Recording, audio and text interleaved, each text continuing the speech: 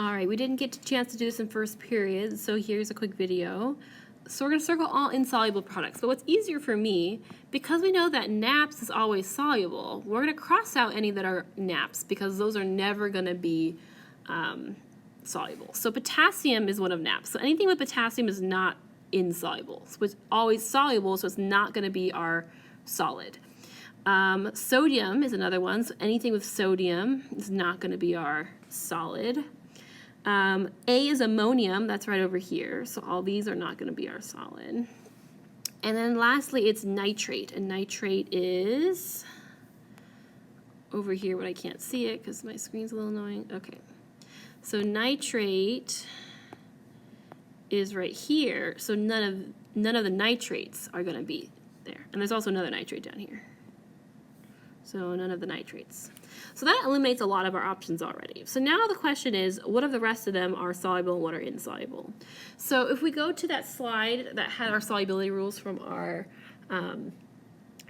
slides today, there are things about sulfates, acetates, group 17.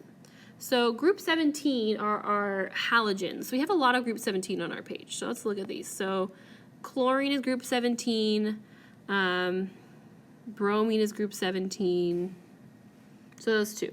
So for these, group 17 is never soluble with lead, Hg, or silver. But if it's not with those three, it is soluble. So this is not with lead, Hg, or silver, so it's soluble. This is silver, so it is insoluble because that's one of our exceptions. But these are not exceptions, so they're good. So let's do the chlorines. Calcium's not one of the exceptions, so it's not going to be our soluble. So far we just have AgBr because group 17 is never soluble with silver. Okay, now another rule we talked about was sulfate. It says sulfates are always soluble except for Pb, Hg, Ag, or Castro-Bear. So this is one of our exceptions for sulfate. It's under number 2 exception in the solubility rules handout. So that's definitely going to be insoluble. So that's going to be a precipitate. For the rest of these,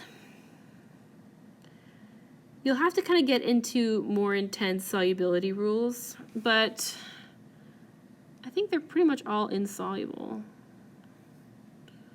That's not soluble. I would count all the ones that are left as insoluble.